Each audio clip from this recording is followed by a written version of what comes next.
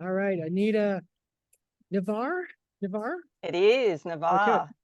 Welcome to Empower Network TV to talk about being proud of who you are. I'm excited to see where this goes because I like ruffling feathers and I like shaking things up. And I have a feeling that you're going to do that today. So, Well, I'm looking forward to seeing where this goes to, Amos. And yeah, let's get into it. Hey, okay, thanks for so having first, me, by the way.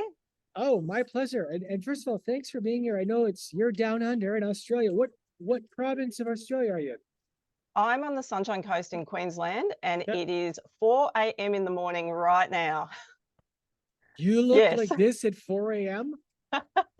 Look, it's hard not to, when you're happy, you get up any time of the morning and you just feel good. So happy to be here for you at 4 a.m.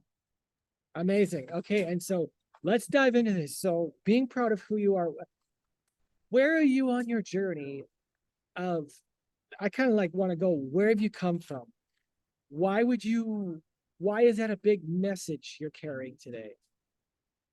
So, as an artist, and my focus on the art is I'm mainly in the sort of the erotic sexuality, full bold expression with being totally proud of yourself. So it doesn't matter how you identify, what your desires are, what your preferences are, just really embracing it. And for me, that was a big thing when I became an artist, and I didn't start painting the work I did until I was in my mid-20s, because before that, I grew up in a doomsday cult. So, yes. So, my pretty much childhood and teenage years, I was extremely repressed. I I was always an artist. I used to always love creating and drawing, but I never really got to fully express it because we were indoctrinated that the world was going to end in a big ball of fire. Everybody on the planet was going to get destroyed except for us. And we just had to toe the line and do what we were told. So it was all about fear, guilt, shame, and you never, as a child or a teenager, experienced who you were or could discover it. So I had a lot of fear and shame and repression, especially around sexuality and sex. That was a taboo topic, and homophobia, all of that sort of stuff. And when I ran away eventually, because I just had enough, and I was a young mum by that point, I was living in a domestic violence relationship, and I was restricted by this cult. And so I decided to take my chance and go out into the world, and I became an artist. And through the art, I was able to express and discover who I was and find myself. So that's where the message came from ultimately. It's amazing the things we Yeah. can't talk about eventually make us sick. Like if we can't Yeah. talk about it, where does that come from? Why are some topics considered, oh, you can't talk about that? That's bad. Where the hell does that come from? Yeah.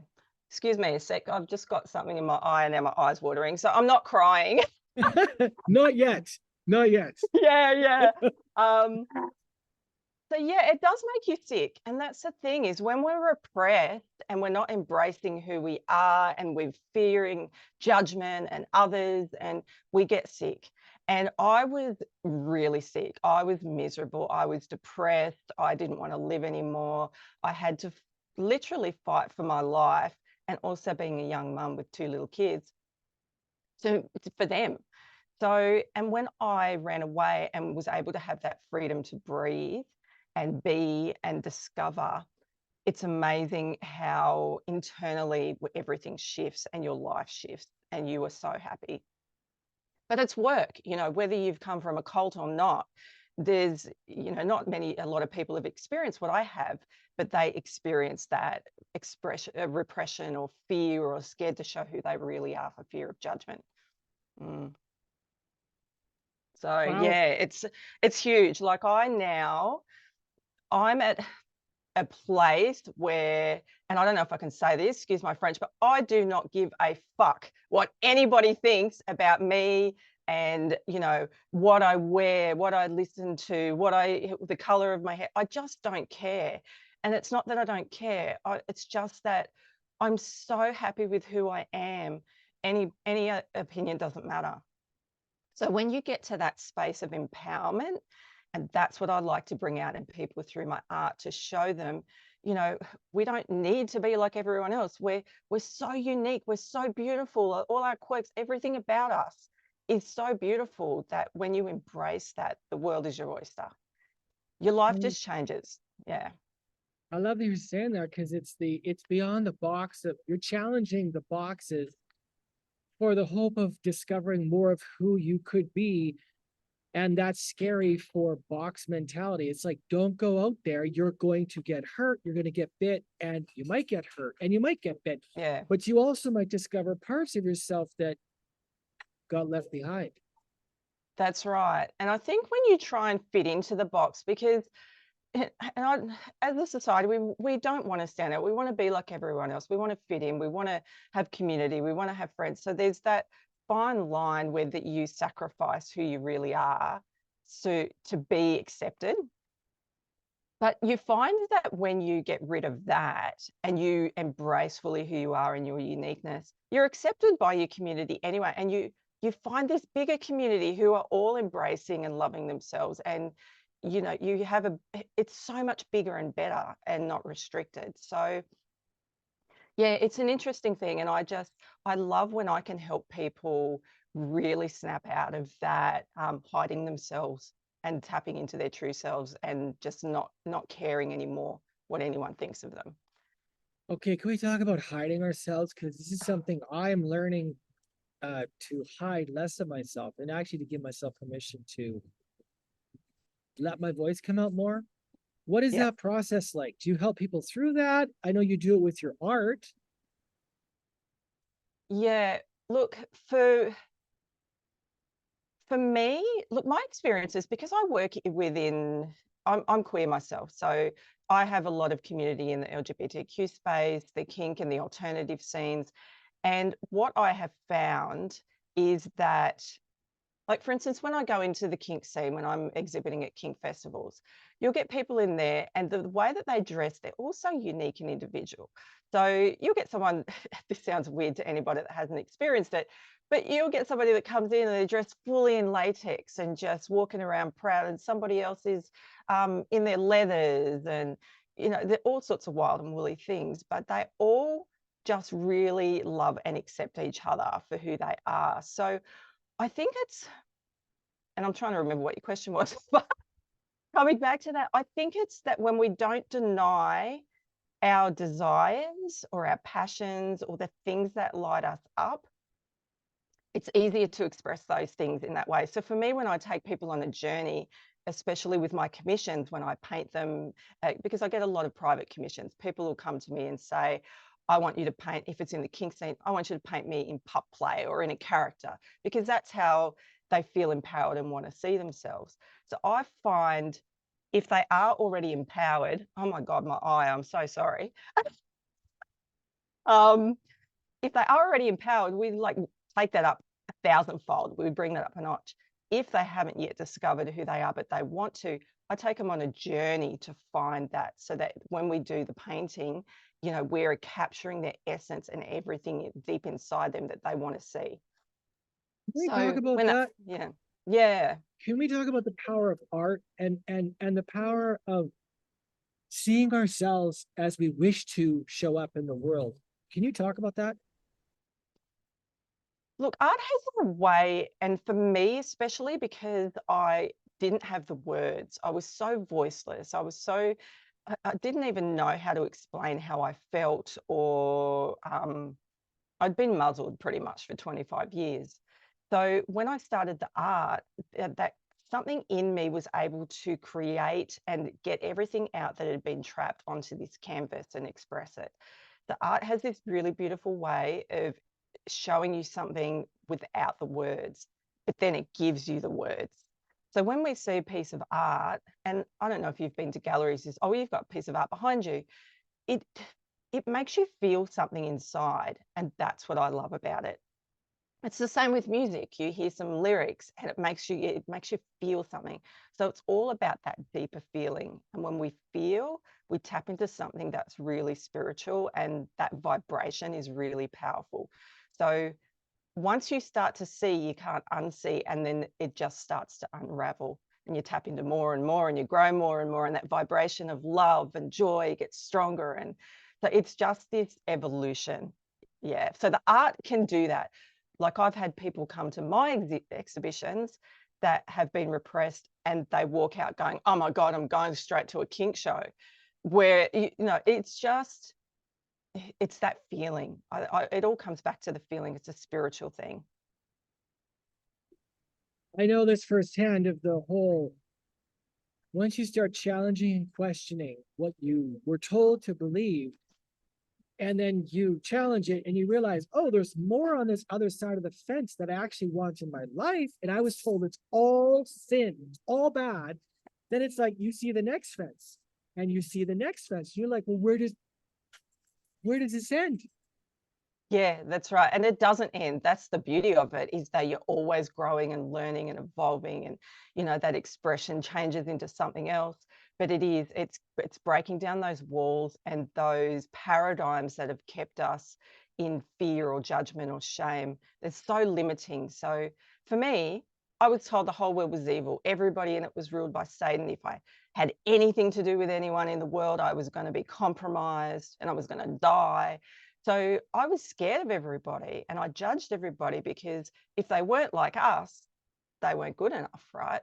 So getting out of those paradigms, and this is where we've got to look at what we've been taught and what our beliefs are, because at the end of the day, everything on this planet, it's all about oneness and love. Nobody's better than anybody else. We're all beautiful beings. We're all unique. So when you come back to that, it opens up something that, you've been trapped before with these things that have kept you stuck. Whereas, that opens you up then, because you're looking at everything through the eyes of love. And with love, it's hard not to be grateful, and it's hard not to be appreciative of yourself and everything around you. So you just grow naturally. That's my experience. That's what I've found. Yeah.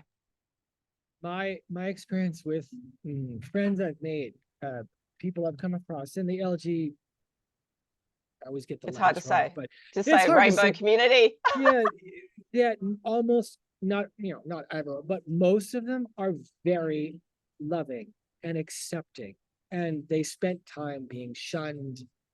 And even though I live a different lifestyle, their hearts, a lot of their hearts are fucking gold. And I don't find that in the traditional as much. And is it because that crucible that they're in, it refines them more because they have to, or they've decided to at all costs go after that? Like, what is that? Yeah. And so I didn't discover that I was queer until later on. Like, I was 40. So I'm nearly 50 now, right? So I was 40. And by then I'd been married, I had 3 kids, I'd done the whole traditional life, conventional life. I had luckily gotten rid of the old paradigms that had kept me stuck from the cult. But I had always questioned, I felt different. So when the light bulb went on, I'm like, look, I'm actually queer. And I was already exhibiting in those spaces anyway, with those communities, because my artwork really resonated with them. And what I have seen, and you're so right, when you battle something so strong where you're so hated and you are judged, and you're just given vitriol for who you are, just for fully expressing, and that community is colorful. You have to admit, like you've said, yeah, they're colorful, man. They're creative, their hearts are gold. So when you've been through something so harsh, you cannot, it just makes you stronger. It makes you, and especially for me, it made me more resolved in really expressing who I am, and being bold about it, and not care about anybody else. Because if I worried about what my mum thought, or my friends thought, I would never have become the artist I am, that with a big message to empower people on a bigger scale. So with that power and that love and that beauty and acceptance, we're able to then give that out to others. So you set an example, I guess, when you are in that space yourself, what the potential of what you could be. So I think we're stuck when we don't accept others for who they are, because so many people are ready to give love back to you. Like, and that's like the LGBTQ community. You go to a drag convention, for instance, when I exhibit there, there's, oh my gosh, love all around. They're just loving on each other everywhere. So, you know, it's a beautiful thing. I think we need to start questioning that we are stuck when we're not doing things through love and loving people for just who they are, expressing who they are and being happy. There's a lot of programming that comes in, you know, to conservatives versus liberals or non-vaccinated versus vaccinated. The whole thing is it's trapping us in a matrix that's not freeing us. Yeah, that's right. And this is why we should always come back to love. And this is what I always think about, love and oneness. We are all the same. There are no one's better than the other. And this is why there's wars and all this bullshit going on in the world. If we just focused what's going on in our, like, right here, right now, in our immediate circle, and gave love and gratitude and appreciation to everybody around us, accepted who they were, loved ourselves, imagine like how much better the world would be. But because there's so much hate and we're worried about what everyone's doing on the opposite side of the world, and that's not good enough, and all this political bullshit, they're not like me, so they're wrong. Like, it's just craziness. So I always think, what's happening in my space now? What am I doing? What am I giving out with love? How am I accepting others? How am I in my small sphere showing that so that can have a ripple effect? And the creative consciousness is bigger with love and acceptance. So, Love it. yeah. I love it. And for me, it's starting with me. It's like, how can I actually love myself more? How can I accept myself more? How can I let my voice out more? Because I find the more I love myself, the more I love others. If I don't love myself, I can't love others. I can't make myself love others because I just treat them how I treat me. So, Yeah. And that's so right. Like, when you see, and it's interesting because when I look at like my social media platforms, and you'll see a lot of vitriol in there, a lot of haters spewing just horrible stuff. And I just think, wow, it's so fascinating because, I mean, once upon a time when I was back in the cult, not that I would have put it on Facebook or anything like that, but I probably would have felt like that and gone, oh, that idiot, what do they think they're doing? They're wrong. So, you know, when you're not loving yourself, you can't give that back. All you can give is what you've got. So, and I can't remember who it was. It was like a mentor that said, if you want to give someone oranges, but you don't have a bunch of oranges, how are you going to give it to them? Like, you just can't. So it's the same with love. If you don't have love for yourself and others, you can't give it. So we've always got to come back to love. That's pretty much, you know, that's what it is, what the world's about.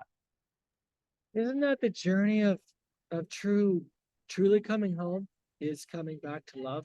For me, I think it is. What do you think? Yeah, yeah.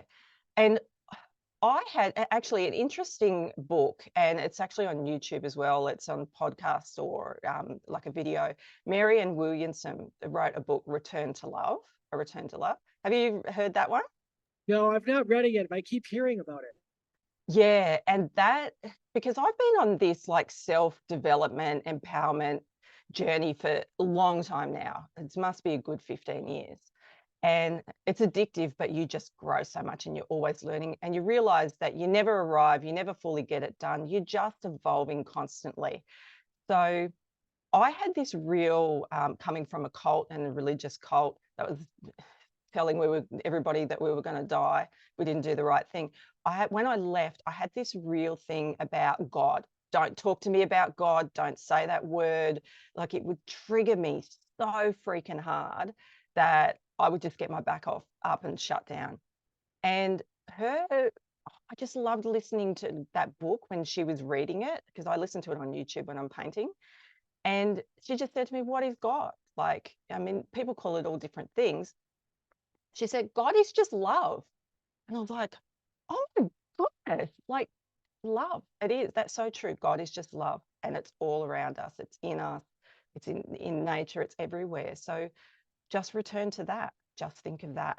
So I thought, you know, it's funny how religion bastardizes this God, and, you know, it's this entity on this throne or in the sky that's like doom and gloom, and you're sinners and you've got to, like, it just, my background with it, that's what it was. We were just we had to pray for our lives and we had to beg God to forgive us and make sure that we stayed alive.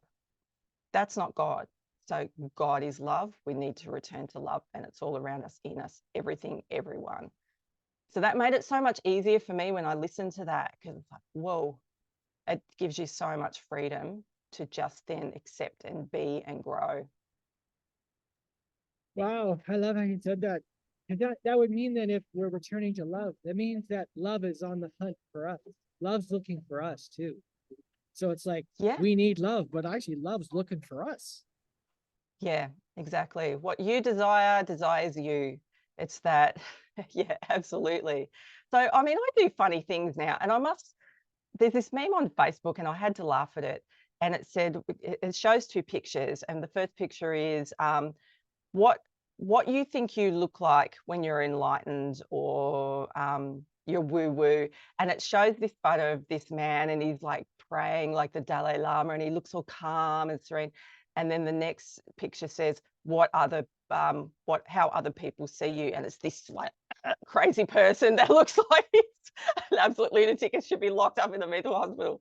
So I think of that and I laugh, because I'm just so calm and comfortable now in this space. And so I feel like I'm so in touch with the universe.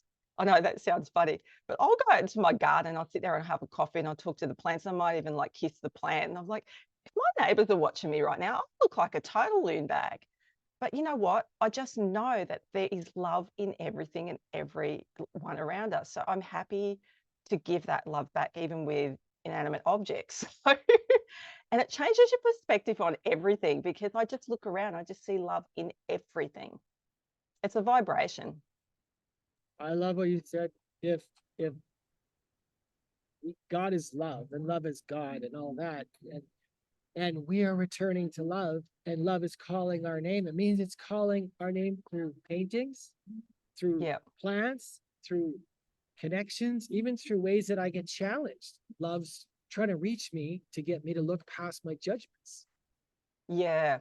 And I find, and this could be a good one for you too, is that I find when I'm triggered or challenged, the first question I ask myself straight away, what am I learning from this? What is the message in this? What is behind this trigger? What do I need to know? Show me. And I'll sit in it. So, and usually the answer will come to you. And for me, sometimes it would be the right mentor would appear and they'd have a free lesson. Like for instance, your channel, Empower TV, has a lot of free stuff for people that they can tap into. It might just be a message that you hear, or it might be something like this, an interview that you hear and somebody says something and you go, oh my goodness. So when you are open to receiving those messages and you go, why am I being challenged? What's behind this? What do I need to learn? You find you will learn it. You'll get it. There you go. All right, Yeah. Anita, Nevar, that was phenomenal. Do you have any links you can drop for your painting commissions, anything afterwards in the Facebook comments of the interview?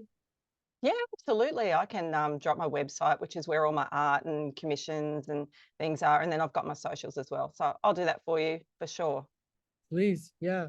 Well, if you've been watching or listening to Empower Network TV today, Anita Nevar, challenging and calling to return to love. Love's looking for us. So I appreciate you being here. I didn't know what we would talk about today, and this turned out even more beautiful than I thought. So thank you for being here. Oh, thanks for having me, Amos. It's been an absolute pleasure. All right, well, we'll end the broadcast here, and then I'll chat with you about something else here.